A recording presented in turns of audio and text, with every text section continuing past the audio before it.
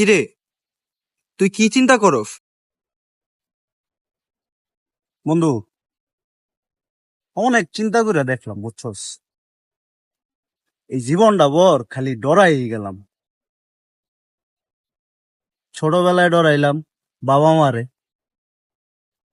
এই পরে ডরাইলাম স্কুল কলেজের স্যারে গো, চাকরি করতে আইয়া ডরাইলাম কোম্পানির বসের।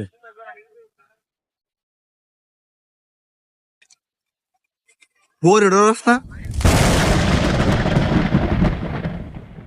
বউ রে